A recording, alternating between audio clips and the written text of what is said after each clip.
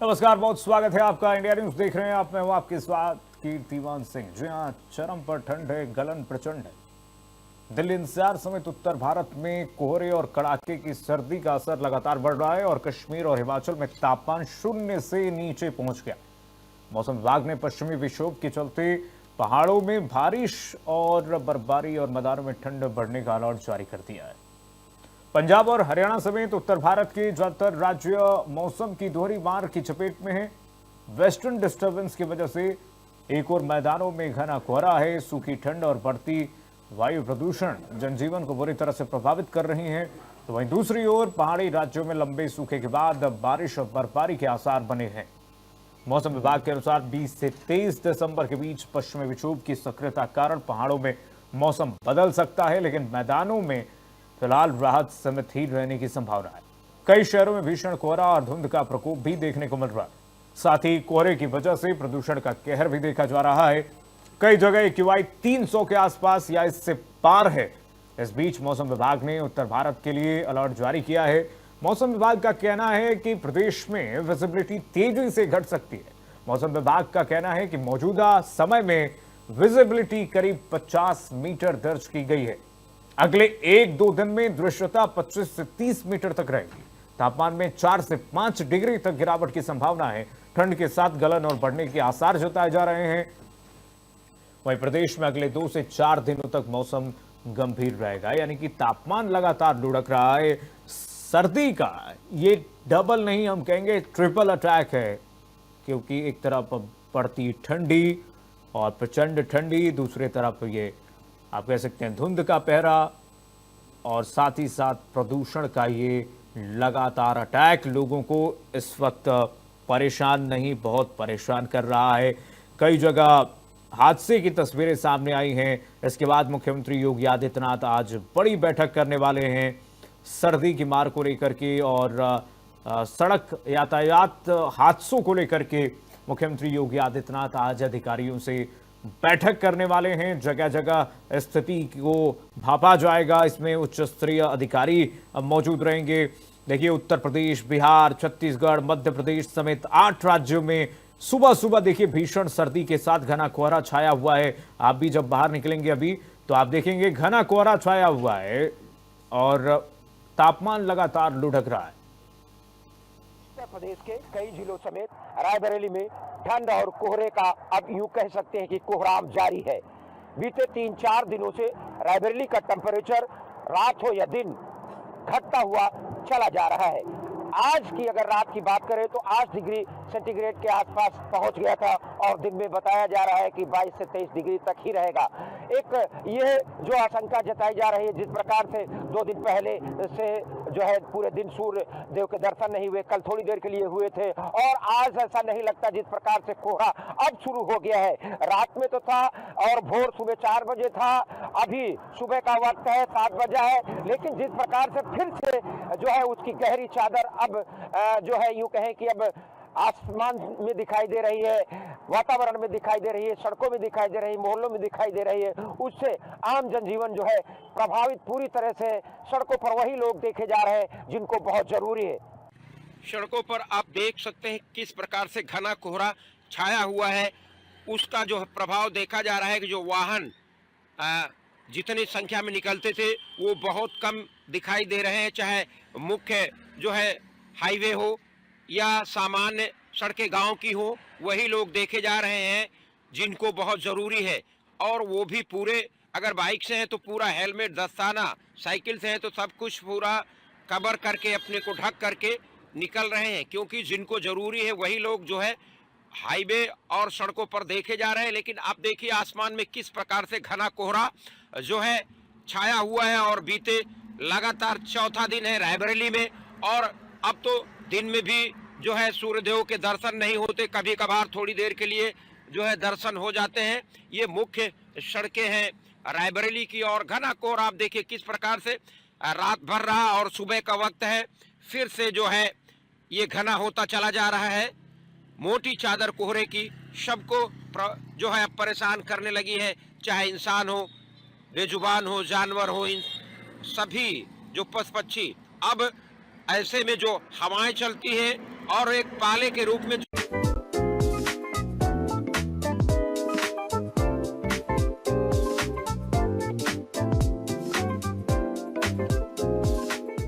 ऐसा जो है जानकार बता रहे हैं। जो कोहरे की मोटी चादर आपको दिखाई दे रही है, यह कोहरे की मोटी जो चादर है, इससे जो है आवागमन करने वाले राहगीर वे परेशान हैं। चाहे शहर की सड़कें हो या गांव की, वहां जिनको जरूरी है वही जो है देखे जा रहे हैं। सुबह सुबह का वक्त है, आसमान में देखिए कितना घना कोहरा छाया हुआ है।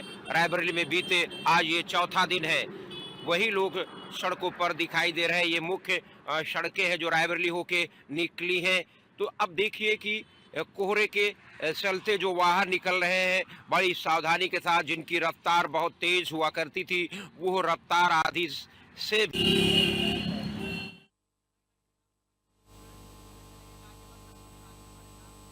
चलिए, हमारे सहयोगी जुड़ रहे हैं छपे छपे से और हर जिले से बताएंगे मौसम का सूरत हाल। हमारे सहयोगी इस वक्त संतोष जुड़े हुए हैं। संतोष हमारे साथ हैं और तमाम सहयोगी हैं, उनसे बातचीत करेंगे। संतोष के पास चलते हैं। पहले गाजियाबाद से हमारे सहयोगी संतोष हैं। संतोष, गाजियाबाद की स्थिति, मौसम का सूरत हाल, प्रशासन क्या तैयारियां? दिल्ली एनसीआर में चूंकि गाजियाबाद आता है और ऐसे में छूटा नहीं है प्रदूषण से गाजियाबाद। AQI लगातार यहाँ पर बहुत हाई है, लोगों को सांस लेना मुश्किल हो रहा है। क्या जानकारी अभी, क्या AQI है? जी बिल्कुल, आपने शुरुआत जो की थी कीर्तिमान जी, सबसे बड़ी बात थी कि प्रदेश में और अन्य जगह जो है डबल अटैक हो सकता है, परंतु यहाँ एनसीआर की अगर बात की जाए तो एनसीआर में ये ट्रिपल अटैक है, क्योंकि यहाँ जो है AQI लेवल जो है अभी 350 के आसपास बना हुआ है, जो कि बेहद खतरनाक स्थिति में है। और ऐसे में लगातार जो है लोग यहाँ पे परेशान हैं पॉल्यूशन को लेके, लेकिन जो अधिकारी हैं, संबंधित अधिकारी हैं, उनका काम केवल कागजों में दिखाई दे रहा है। आदेश जारी कर दिए हैं, जिलाधिकारी ने आदेश जारी किए थे कि 1 से लेके कक्षा 5वीं तक के स्कूल बंद रहेंगे, परंतु स्कूल खुले हुए हैं। निजी स्कूल जो है खोल के जिलाधिकारी के आदेशों की धज्जियां उड़ाई जा रही हैं, छोटे छोटे बच्चों को बुलाया जा रहा है स्कूलों में। और वहीं अगर बात की जाए तो जो प्रदूषण विभाग के जो अधिकारी हैं अंकित सिंह, उनका केवल कागजों में काम दिखाई दे रहा है। उन्होंने आदेश कर दिया है कि इतनी फैक्ट्रियां हैं जो प्रदूषण फैलाती हैं और इनको नोटिस भेज दिया गया है, इन पे कार्रवाई करने के आदेश कर दिए गए, परंतु कहीं पे भी जो है अभी कोई भी काम बंद नहीं है। जबकि एनसीआर में ग्राफ 4 लागू है और ये गाजियाबाद एनसीआर में आता है, तो ऐसे में ग्राफ 4 में जो प्रतिबंध लगाए गए थे, चाहे वो भवन निर्माण जैसे कार्य हो, उनको भी जो है प्रतिबंध लगाया गया था, परंतु सैकड़ों जगह क्या हजारों की संख्या में बड़े बड़े भवन का निर्माण चल रहा है। और जो भवन निर्माण से जो सामग्री होती है उसमें चाहे वो रोड़ी, बदरपुर, डस्ट, उनके कारण भी जो धूल उड़ती है उससे भी जो है प्रदूषण को बढ़ावा मिल रहा है। तो ऐसे में अगर बात की जाए जो संबंधित अधिकारी हैं वो बड़े लापरवाह यहाँ पे दिख रहे हैं, कोई भी ऐसा काम ठोस कदम नहीं उठाया जा रहा है। हालांकि मुख्यमंत्री लगातार जनता की सुख सुविधा के लिए लखनऊ से बार बार आदेश करते हैं, दिशा निर्देश जारी करते हैं, परंतु यहाँ तक आते आते, क्योंकि गाजियाबाद जो लखनऊ से 550 के आसपास जो है किलोमीटर है, तो यहाँ तक आते आते मुख्यमंत्री की आवाज थोड़ी यहाँ उनके कानों में कम पहुंच रही है, शायद ऐसा प्रतीत हो रहा है। क्योंकि जो अधिकारी हैं वो केवल कागजों में काम दिखा के, और जैसा कि कई बार इंडिया न्यूज पे भी दिखाया था कि अगर कहीं पे काम शुरू भी करते हैं तो उससे पहले फोटो सेशन करके जो अपने उच्च अधिकारी हैं उनको दिखा दिया जाता है कि काम चल रहा है, काम हो रहा है। कहीं पे भी अगर टीम निकल के जाती है बाहर तो उससे पहले फोटो सेशन पहले हो जाता है, और अधिकारियों को, अपने जो उच्च अधिकारी हैं या जिनके अधीन वो काम करते हैं, वो लोग अपने उनके ग्रुप बने हुए हैं और उन ग्रुपों में पहले फोटो सेशन हो जाता है। तो ऐसे में वो काम तो सही दिखा रहे होंगे ऊपर, लेकिन जमीनी हकीकत कुछ और ही है।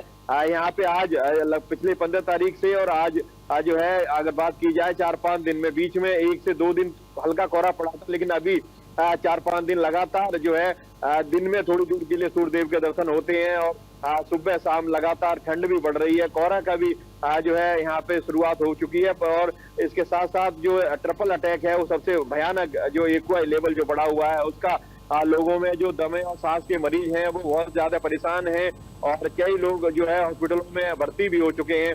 तो ऐसे में अगर बात की जाए जो यहाँ का प्रशासन है वो कहीं ना कहीं अभी मौन दर्शक बना हुआ है, क्योंकि जिस तरीके से लोग परेशान हैं और जो अलाव की व्यवस्था लोग खुद ही निजी अपने अलाव देखे जा रहे हैं, परंतु सरकारी अभी भी अगर कोई भी मदद करता है तो उससे पहले अभी यहाँ के एसडीएम हैं जो लोनी के, उन्होंने किसी की मदद की थी तो फोटो बना रहे थे, वीडियो बना रहे थे, वो व्यक्ति फोटो में बोल रहा है वीडियो में कि आप मेरी मदद का फोटो क्यों बना रहे हैं। हालांकि ये वीडियो भी वायरल हो, ठीक है। अगर किसी की मदद कर रहे थे तो वहाँ पे वीडियो में वो व्यक्ति बोल रहा है कि मेरी मदद करने का फोटो भी बना रहे हैं। ठीक है संतोष, तो फोटो सेशन का दौर जारी है। आ रहा हूँ संतोष, आऊंगा आपके पास।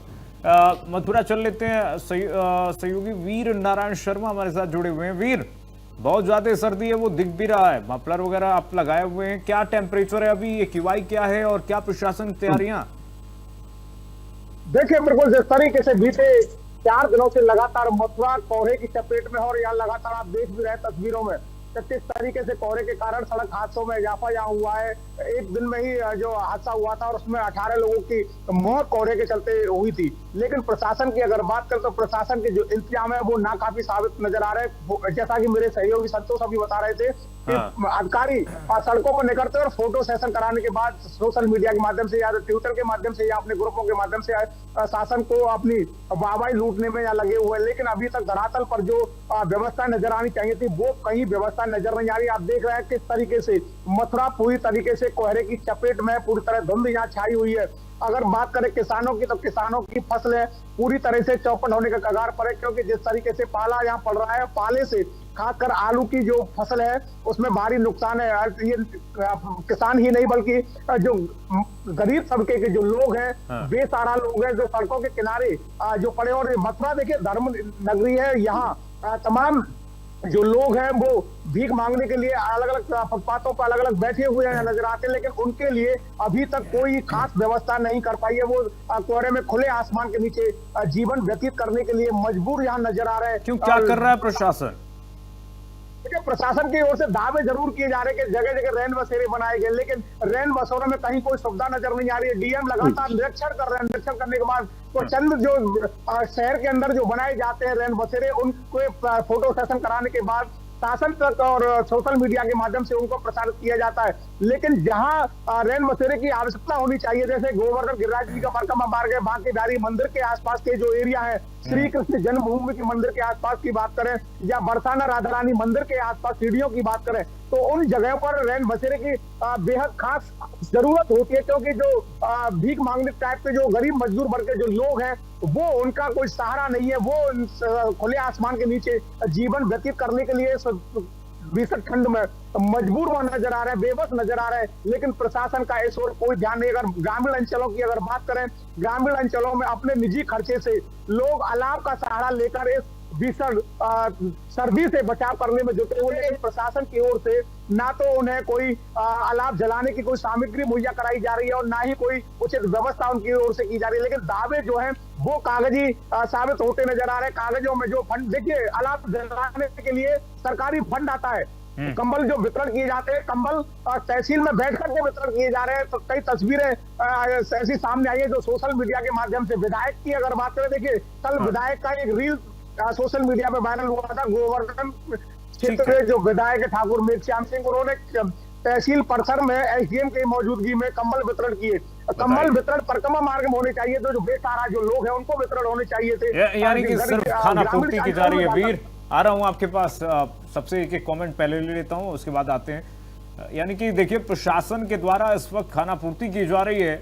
जहां तक संतोष ने बताया, वीर ने जो जानकारी दी कि प्रमुख शहरों में जहां पर देखिए इस वक्त लगातार ठंडक की मार पड़ रही है, डबल अटैक नहीं ट्रिपल अटैक भी गाजियाबाद में पड़ रहा है, लेकिन प्रशासन इस वक्त फोटो सेशन में मौजूद है, लगातार लिप्त है और फोटो खिंचा करके शासन स्तर को भेजा जा रहा है कि सब चंगा सी। लेकिन आप धरातल पर हमारे सहयोगियों की इस रिपोर्ट को देख रहे हैं कि कैसे प्रशासनिक व्यवस्था लचर है और लोग परेशान हैं इस ठंडक की मार से। शिव मोहन के पास चलते हैं, उसके बाद धर्मेंद्र आपके पास आ रहा हूं जल्दी से। शिव मोहन, रायबरेली में क्या मौसम का सूरत हाल है, क्या स्थिति है, जरा बताइए, क्या प्रशासनिक तैयारियां हैं? यहां पर भी वही है क्या स्थिति?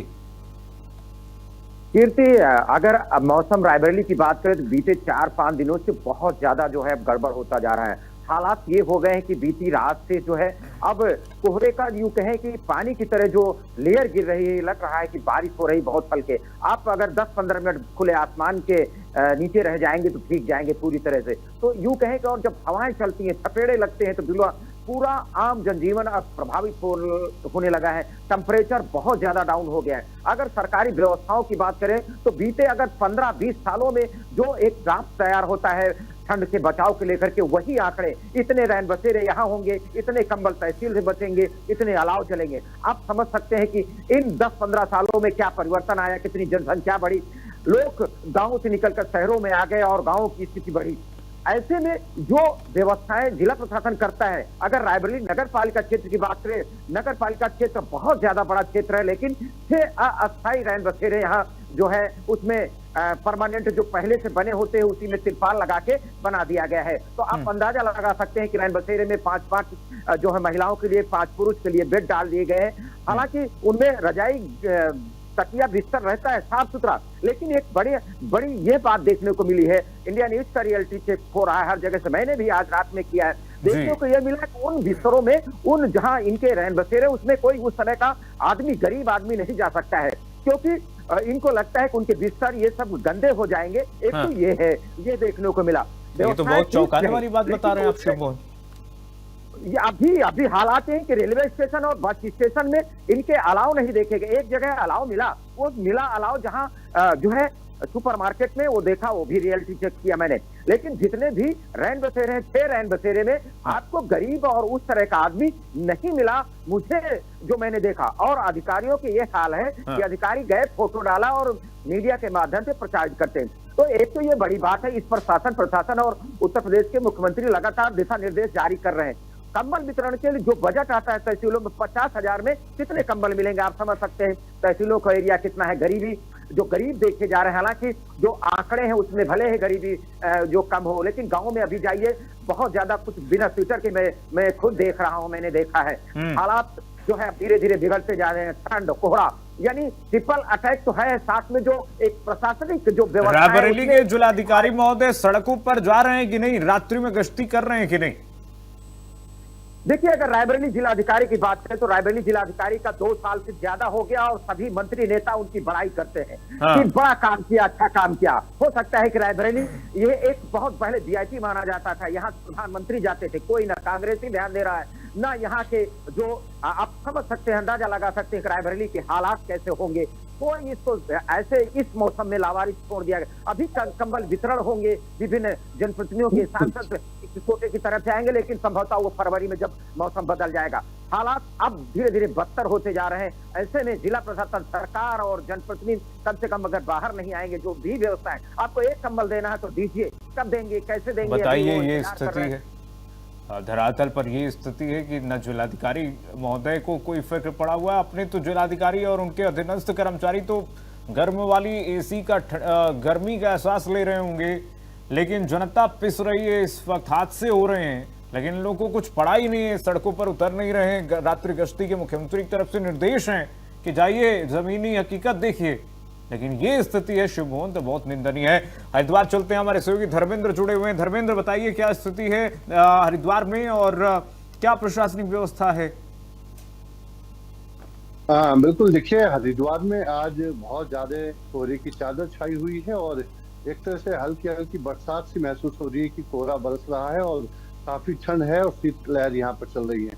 3 दिन से लगातार कोहरा यहाँ पर आ रहा है। हालांकि 3 दिन पहले तक एक मौसम सामान्य था, सुबह शाम की ठंड थी और दिन में तेज धूप निकल रही थी, लेकिन आज तीसरा दिन है और कड़ाके की ठंड है। उसके बाद ही जब यहाँ पर ठंड बढ़ी है तो जिलाधिकारी ने जो रैन बसेरे हैं हरकी पैड़ी के आसपास, क्योंकि धार्मिक नगरी हरिद्वार है और बड़ी संख्या में जो कह सकते हैं कि खाना बदोश लोग हैं वो यहाँ पर रहते हैं। गंगा किनारे भी उनके झोपड़ी डाल के रहते हैं और क्योंकि वो भीख मांगने का काम करते हैं धर्म नगरी होने की वजह से, तो जो आसपास के रैन बसेरे हैं उनका निरीक्षण किया गया है और जो अधीनस्थ अधिकारी हैं उन्हें निर्देश दिए गए हैं कि अलाव नगर निगम द्वारा जलाए जाए। और चूंकि मुख्य जो चिन्हित स्थान है हरिद्वार में वो रेलवे स्टेशन, बस अड्डा और मुख्य तौर पर हरकी पैड़ी क्षेत्र जो गंगा का क्षेत्र है, जहाँ पर बड़ी संख्या में भिखारी भी रहते हैं और जो टूरिस्ट है जो घूमने आते हैं, देर रात तक भी लोग पहुंचते हैं, तो उनके लिए अलाव की व्यवस्था की जाए। तो हालांकि अभी पूरी तरह से अलाव जलना शुरू नहीं हुए हैं, लेकिन ये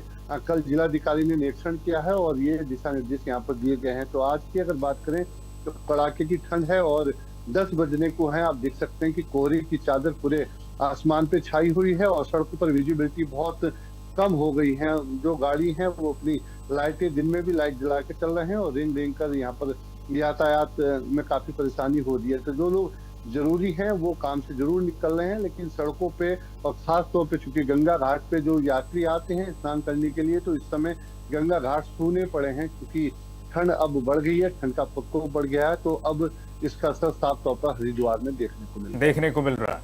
यूपी के 3 जिलों में हमारे सहयोगी ने जो रियलिटी चेक बताई है, हमारे दर्शक देख भी रहे होंगे और आशा यही है, अपेक्षा यही है कि प्रशासनिक अधिकारी जो गर्मी के हीटर के अंदर बैठ करके इस समस्याओं को देख रहे हैं, बावजूद इसके धरातल पर उतर करके लोगों की समस्याओं को सुन नहीं रहे हैं, वो भी देखें और समझें कि शासन को इस तरीके से शासन की जो आदेश हैं उसकी धज्जियां न उड़ाया जाए, पलीता ना लगाया जाए। संतोष, मोहन, वीर और धर्मेंद्र, आप चारों सहयोगियों का बहुत शुक्रिया तमाम जानकारी साझा करने के लिए। तो चरम पर ठंड है और गलन प्रचंड है और साथ ही साथ ट्रिपल अटैक भी है। ऐसे में बचना हम सबकी जिम्मेदारी है। प्रशासनिक की तैयारियां आप देख ही रहे हैं किस तरह से। ऐसे में हम सबकी जिम्मेदारी, इंडिया न्यूज भी आपसे अपील कर रहा है कि बचाव आपके हाथ में है। खास करके जब बाहर निकलिए, एक्सप्रेसवे पर यातायात कीजिए, रफ्तार बहुत धीमी रखिए क्योंकि कोहरे की ये दस्तक और तेज रफ्तार ये डेडली कॉम्बिनेशन बना देता है। चलिए फिलहाल के लिए बस इतना ही। खबरें लगातार जारी हैं, देखते रहिए इंडिया न्यूज।